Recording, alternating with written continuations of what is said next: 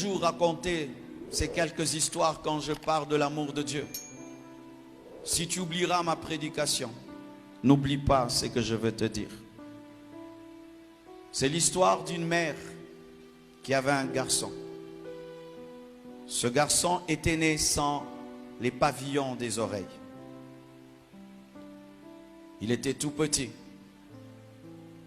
Et il n'y avait pas trop de problèmes. Mais vous savez, quand on commence à grandir, l'enfant doit aller à l'école. Et c'est quand les problèmes commencent. Pour ceux qui n'ont pas d'enfants, je vous assure, tu vois ton enfant revenir triste. Quelqu'un l'a insulté à l'école. Son professeur l'a insulté. Quelqu'un lui a dit quelque chose de mal. Tu vois l'enfant seulement entrer dans la chambre. Il ne te dit pas, mais on lui a dit des choses à l'école. Et cet enfant commençait à aller à l'école. Et cet enfant revenait triste. Revenait triste. Année après année. Même à l'université. Il n'osait même pas aborder une fille pour demander sa main. Pourquoi? On l'insultait toujours. Sans oreille. Les gens lui avaient donné le nom sans oreille. Sans oreille. Et l'enfant grandissait. Il finit ses études. Il ne se marie pas. Il n'a pas d'amis. Rempli de complexes. Et un jour sa mère a dit, mon enfant va détruire sa vie. Alors nous allons voyager. Elle prend son garçon et ils voyagent. Et ils prennent des années, des années, des années.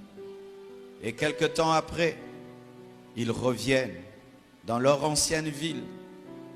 Et quand on vient les recevoir et qu'ils descendent de l'avion, on remarque quelque chose. Sans oreille à des oreilles. Maman n'a plus d'oreilles. Et on pose la question à maman. Maman, que s'est-il passé? Un accident? Un miracle? Et la mère répond, ni l'un ni l'autre. Quand nous sommes partis, et dans toutes les villes où nous sommes allés, mon enfant était triste, triste et triste. Alors j'ai pris une décision. J'ai dit, j'ai fait ma vie. Mais cet enfant risque de ne pas se marier et d'être triste toute sa vie. Et j'ai cherché un chirurgien esthétique. Et je lui ai demandé de couper mes oreilles et de les donner à mon enfant. Je préfère être laide, mais que mon enfant soit beau pour qu'il se marie et qu'il ait des enfants. J'ai déjà fait ma vie, qu'il fasse aussi sa vie. C'est comme ça qu'il a eu des oreilles. C'est ce que Jésus a fait. Il a regardé ta vie. Tu étais en train d'aller vers la perdition. Il a vu lui, il avait la vie de Dieu. Il a accepté de mourir parce qu'il savait que lui pouvait ressusciter. Mais si toi tu mourais, tu allais finir en enfer. C'est pourquoi il t'a donné sa vie. Jésus-Christ est plus que cette mère. Parce que cette mère a perdu les oreilles. Mais Jésus n'a pas perdu les oreilles. Il a perdu sa vie. Il a perdu sa position auprès du Père parce qu'il t'a aimé.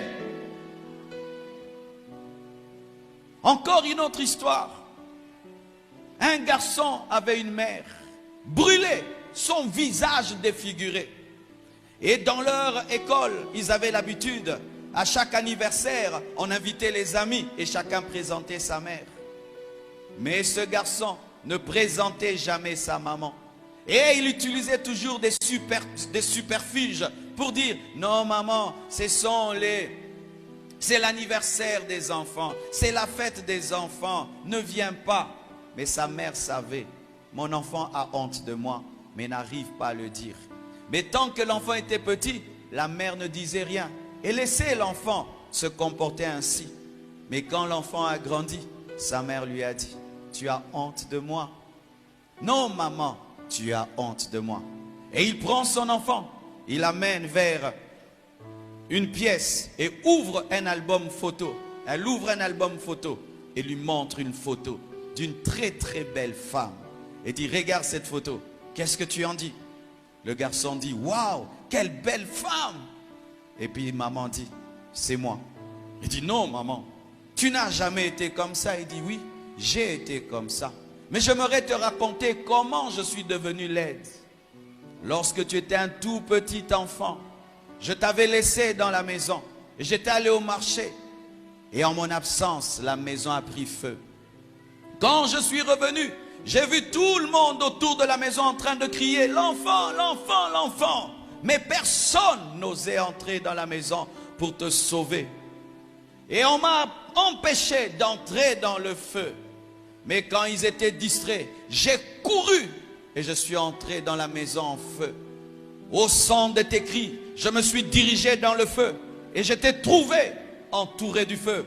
J'étais pris, j'étais caché dans mes vêtements. Mais lorsque je sortais, une poutre en feu est tombée sur mon visage. J'étais jeté et tu as été sauvé. Mais tous les jours de ton anniversaire, c'est moi que tu punis, c'est moi que tu insultes, c'est moi que tu rejettes, c'est moi que tu ne veux pas présenter.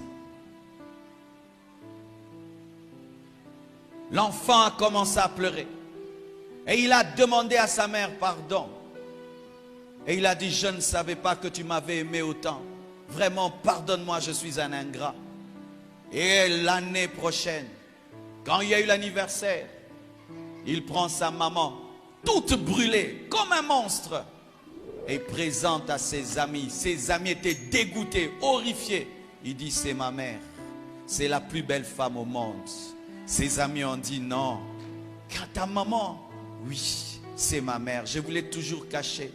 Mais j'aimerais vous dire, c'est la plus belle femme au monde. C'est vrai que vos mamans ont des beaux visages. Mais je ne sais pas si vos mères peuvent accepter ce que la mienne a accepté pour moi. Ça, c'est ma mère, c'est maman. De la même manière, mes frères, lorsque Jésus-Christ était à la croix, la Bible nous dit qu'il n'avait plus de beauté pour attirer nos regards. Pourquoi? On lui a arraché la barbe, on l'a frappé. On ne pouvait pas savoir si c'était un homme, si c'était une femme. Et les disciples ont fui Jésus alors qu'il mourait pour eux à la croix. Chaque fois que tu as honte de parler de Jésus, parce que tu as entouré des gens d'une autre religion, tu es en train d'insulter. Chaque fois que tu es à l'école, tu es à l'université, au travail, et tu as honte de dire que tu es chrétien, et de parler clairement de Jésus, tu es en train d'insulter celui qui est mort pour toi. Combien de fois les chrétiens ont honte de parler de leur foi quand ils arrivent dans des endroits où il y a des hommes riches, des hommes intelligents, les gens d'une autre religion, d'une autre culture. Tu fais comme ce garçon-là. Tu as honte de ta maman.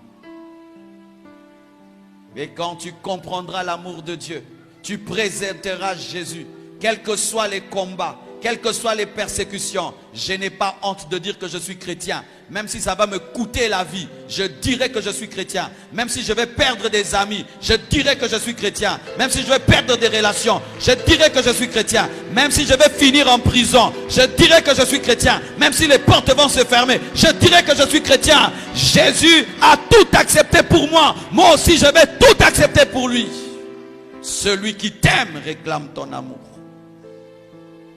Et pour terminer, c'est l'histoire de deux jumeaux. Et je crois qu'il y a des jumelles dans cette chorale. Vous êtes des jumelles, hein? Je ne sais même pas reconnaître qui s'était né là et qui s'était né là. Mais elles savent. C'est l'histoire de deux jumeaux. Identiques, parce qu'il y a des jumeaux vraiment identiques. Identiques, mais qui n'avaient pas la même vie. L'un, c'était un véritable serviteur de Dieu. L'autre, c'était un brigand, un fumeur. Un homme qui aimait aller dans les boîtes et jouer au casino. Son grand frère lui disait toujours, petit frère, arrête cette vie de débauche. Arrête cette vie de drogue. Arrête de jouer au casino. Arrête, tu y perdras ta vie. Jamais le petit frère n'a écouté son grand frère. Et un jour, le petit frère va, il joue au casino. Et il avait bu. Et dans la colère, il a poignardé quelqu'un. Et la personne est morte. Lorsqu'il a vu cela, le petit frère a couru. Et au lieu de courir chez lui à la maison, il a couru chez son grand frère. Et il arrive à la porte de son grand frère. Le grand frère le regarde au travers du Judas. Et il frappait, et il frappait, il frappait, il frappait. Grand frère, ouvre, ouvre, on me cherche. Et son grand frère regarde et il voit que son frère avait du sang sur sa robe. Il ouvre la porte et il ne le juge pas, il ne le condamne pas. Il dit, grand frère, j'ai tué, on va m'arrêter, on va me tuer. Grand frère, fais quelque chose, grand frère. Il dit, viens, enlève ta robe. Il enlève sa robe remplie de sang. Et il prend sa belle robe, toute blanche, et il donne à son frère.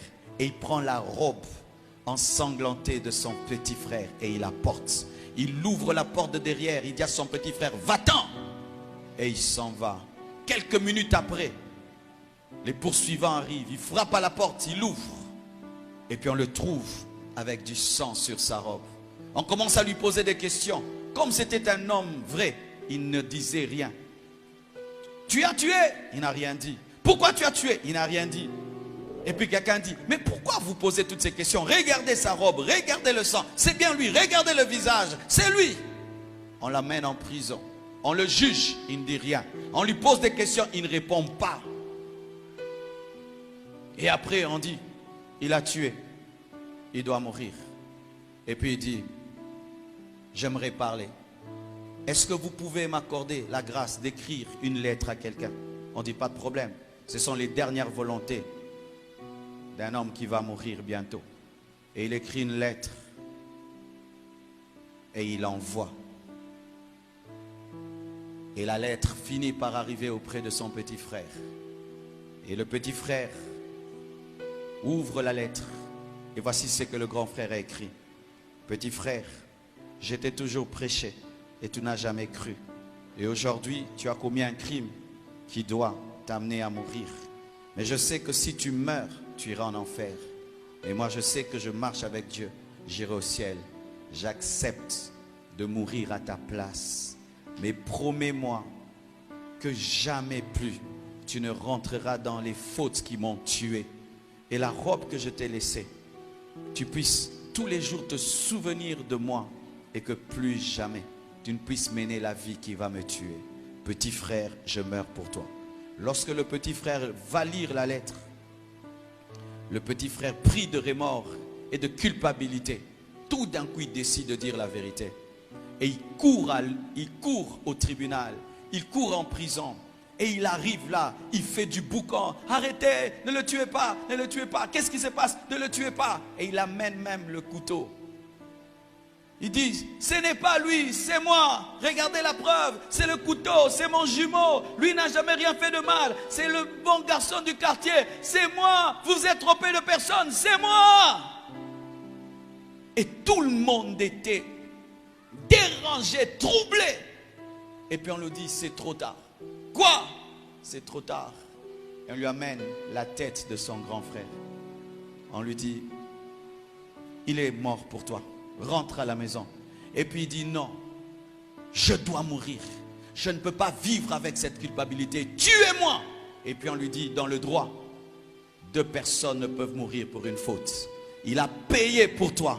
Et toi, tu dois t'en aller. Et on va le chasser. Et il est parti en pleurant, en regrettant. Et quelque temps après, ses amis viennent. Viens, on va jouer au ceci. Viens, on va faire cela. Viens, on va boire. Il a dit, plus jamais. Cette robe me rappelle que quelqu'un est mort pour moi. Et si je rentre dans cette vie-là, alors pourquoi mon grand frère est mort? Jamais plus je ne mènerai cette vie. Et pour lui dire merci, je change de vie. Jésus-Christ est notre grand frère. Il a vu que nous étions en train d'aller en enfer, que nous étions condamnés, car la Bible dit que le salaire du péché, c'est la mort. Mais il a accepté d'être le don gratuit de Dieu. Et il a accepté de prendre notre place. Et voici la seule chose qu'il nous demande, c'est de lui dire merci en vivant dans la sainteté. Frère, je ne vis pas dans la sainteté pour mériter le ciel. Parce que je vais au ciel par la foi. Mais je vis dans la sainteté pour dire merci à celui qui est mort à ma place. Chaque fois que tu pêches et que tu demeures dans le péché, tu es en train de crucifier Jésus pour la 2e fois. Chaque fois que tu rentres dans tes anciens péchés, tu es en train de rendre nul son amour et sa grâce. Soyez reconnaissants. Ne demeurez pas dans les choses qui l'ont tué. Il est mort à cause du vol. Il est mort à cause du mensonge. Il est mort à cause du fétichisme, de l'adultère. Chaque fois que nous commettons ces choses, c'est comme si le grand frère est mort pour rien. Mène une vie de gratitude et de reconnaissance, afin de lui dire merci. Que Dieu vous bénisse abondamment.